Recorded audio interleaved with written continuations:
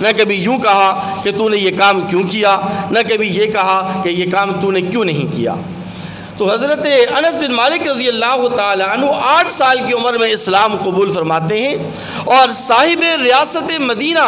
صلی اللہ علیہ وسلم ان صحابہ کرام کا نہ صرف یہ کہ اسلام قبول فرماتے ہیں، بلکہ آقا علیہ السلام ان صحابہ کرام کی، ان بچوں کی حوصلہ افزائی بھی فرماتے ہیں۔ اگر یہ بدبخت حکمران اس وقت زندہ ہوتے تو اس وقت بھی یہ قدغن اور پابندی لگا دیتے، لیکن اس بل کی دوسری شق اس سے بھی زیادہ خطرناک ہے اور اس سے بھی زیادہ عجیب اور غریب ہے۔ اس بل کے دوسری شق کے اندر لکھا ہے کہ اگر کوئی شخص 18 سال کی عمر میں اسلام قبول کر لیتا ہے تو اس کا اسلام قبول بھی نہیں کیا جائے گا، اور اس کو تقریباً 3 مہینے تک یعنی 90 دن تک اس کو سیشن کورٹ جج کی نگرانی کے اندر ادیان باطلہ کا کورس، ادیان مذاہب یا ادیان باطلہ جو بھی اس کو کہیں، اس کا کورس کروایا جائے گا۔ تمام مذاہب کا، تمام ادیان کا مطالعہ اسے کروایا جائے گا، یعنی 3 مہینے تک اس کو یہ سزا دی جائے گی کہ تو نے اس مذہب اسلام کیوں قبول کیا ہے، اپنے اس فیصلے پر نظر ثانی کر۔ ہو سکتا ہے کہ تجھ سے بہت بڑی غلطی ہو گئی ہو، بہت بڑی خطا ہو گئی ہو۔ 3 مہینے تک اس کو مذہب اسلام، اس کا مذہب اسلام متنازعہ بنانے کی یا کم از کم مشکوک بنانے کی کوشش کی جائے گی۔ لیکن تیسری شق اس سے بھی زیادہ عجیب اور غریب ہے اور اس سے بھی زیادہ خطرناک ہے، وہ یہ ہے کہ 3 مہینے کے بعد یعنی 90 دن کے بعد اس بچے اور بچیوں سے، مرد اور عورت سے پوچھا جائے گا کہ اب تیرا کیا خیال ہے، تو اسلام قبول کرتا ہے؟ اگر تو وہ اقرار کرتا ہے تو اس کا اسلام قبول کر لیا جائے گا۔ اگر وہ کہتا ہے کہ نہیں، مجھے اس مذہب اسلام پر کچھ شکوک و شبہات ہیں، کچھ تحفظات ہیں،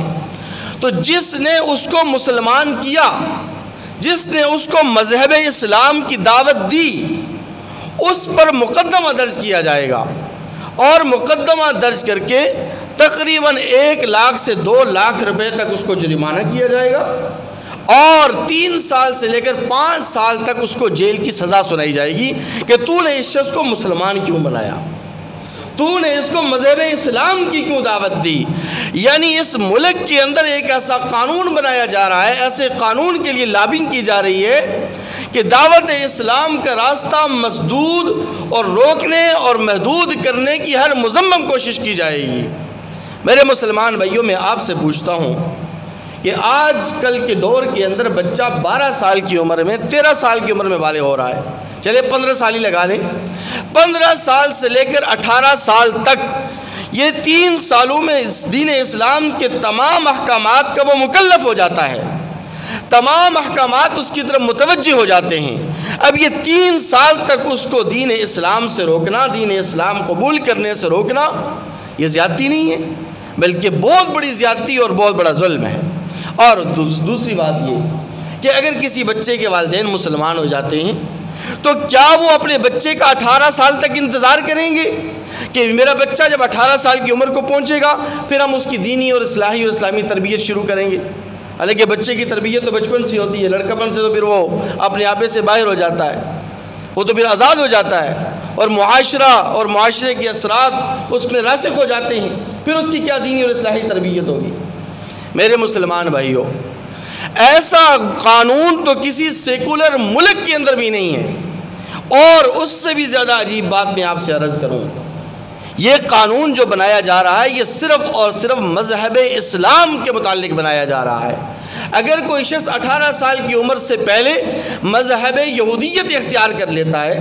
مذہب نصرانیت اختیار کر لیتا ہے، ہندو مذہب اختیار کر لیتا ہے، اس پر کوئی قطعاً پابندی نہیں ہے، صرف اور صرف پابندی اس شخص پر لگائی جا رہی ہے جو مذہب اسلام قبول کر رہا ہے۔ یہ کاہے کا انصاف ہے؟ اور میں آپ سے یہ بات بھی عرض کر دوں کہ یہ قانون بنایا نہیں جا رہا، اس کے لیے صرف لابنگ ہی نہیں ہو رہی ہے، بلکہ اس کو عملی طور پر نافذ کرنے کی ہر وہ مذمم کوشش کی جا رہی ہے، اور حتی الامکان اس بات کو یقینی بنایا جا رہا ہے کہ اس کے خلاف کوئی بھی آواز نہ اٹھے۔ میرے مسلمان بھائیوں، اس سے بڑا لطیفہ اور کیا ہوگا کہ یہ قانون اس حکومت کے زیر نگرانی بنایا جا رہا ہے جس حکومت کا دعویٰ یہ تھا کہ ہم اس ملک کے اندر مدینے کی ریاست قائم کریں گے، مدینے کی ریاست قائم کریں گے۔ کیا یہی ہے مدینے کی ریاست کہ جس پہ مذہب اسلام قبول کرنا جرم قرار دیا جا رہا ہے؟ تو بہت ہی زیادہ افسوسناک صورتحال